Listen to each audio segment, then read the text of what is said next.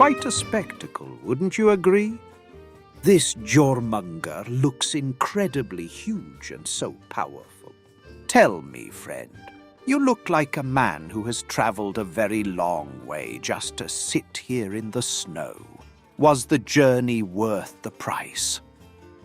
Price? You have no idea. You see this face? This isn't just bad luck or too much cheap ale. This is what happens when you think you're the smartest guy in the desert. My real story began exactly 33 days ago. Back then, I was young, full of life, and still had all my teeth. Yeah, you heard me right. Not 33 years, 33 days. It started far away from this frozen wasteland, under the blistering, unforgiving sun of Tanaris. I was in Gadgetsan, just another day of hunting for a deal that didn't involve getting shot. That's when I saw him, a ragged old undead, sitting in the dust like he'd been forgotten by the Grave Mother herself. He had nothing but a threadbare blanket and an old leather-bound book that looked like it had been dragged through every swamp in Azeroth. Most goblins would have walked past. No gold, no gears, no point.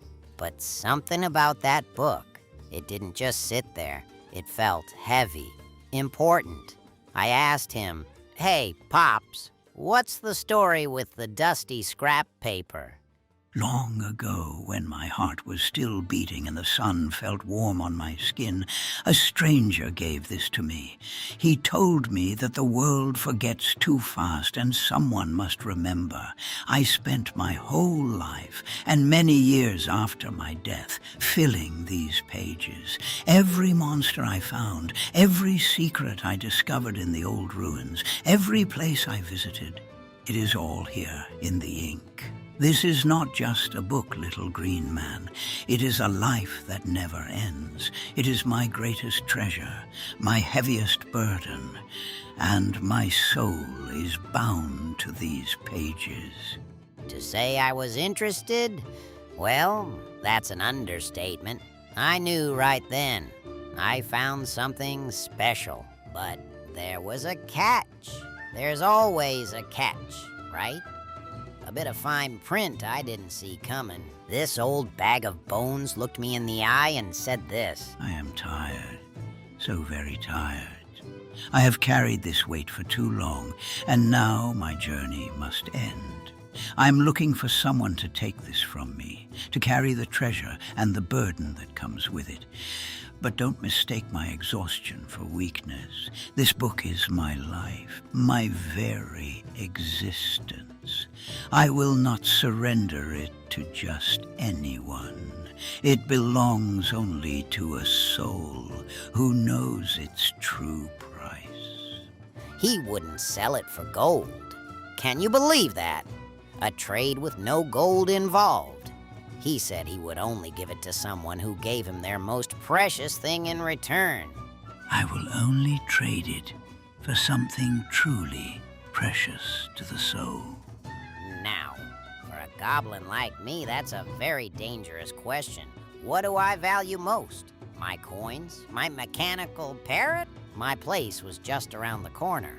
I promised him he'd be so impressed, his jaw would literally drop. Time is money, so I moved fast. I sprinted back to my place, and there it was, sitting right under a pile of old socks. The masterpiece. An artifact so legendary, it would make that old bag of bones lose his non-existent mind.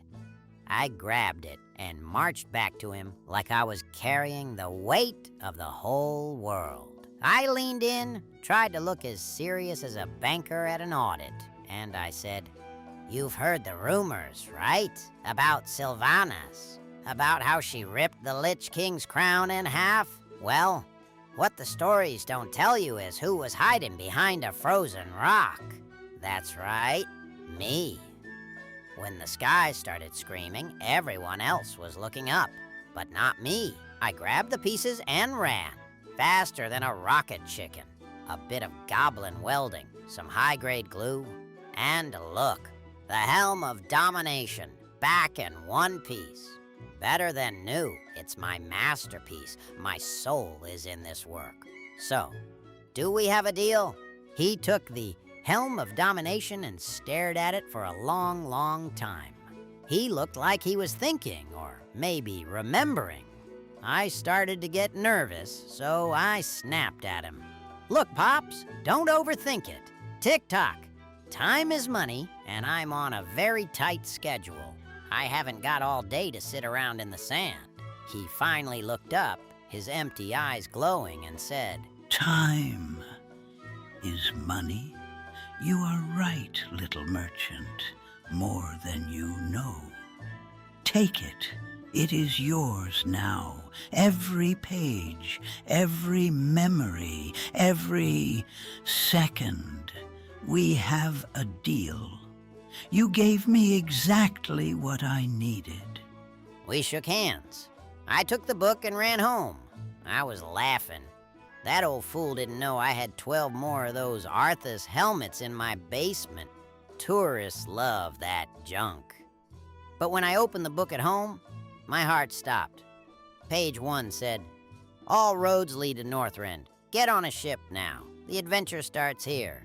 Time is money. I flipped the page. Empty. The next, blank. The whole book was just empty paper. I thought I was the one doing the scamming, but the dead guy had outsmarted me. I went to a bar, got drunk, and went to sleep. The next morning I felt heavy.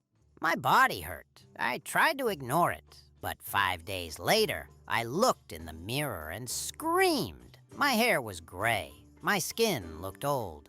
I was losing my youth fast. I wasn't just getting old. I was aging 1 year every single day. In a panic, I jumped on the first ship to Northrend. The moment I stepped off the boat, I opened the book again. Suddenly, magic words appeared on page 2. You must follow my path. Every time you walk in my steps and relive my experience, you will grow 1 year younger. But for every day you waste, you will grow 1 year older. So, here I am, 33 days left to live, or 33 days to find the truth. Time is money, friend, and I'm almost bankrupt. Well, well, well. You're right about one thing, little merchant. Your glue? It's terrible. It only held for 5 days. Exactly when your hair started to turn grey.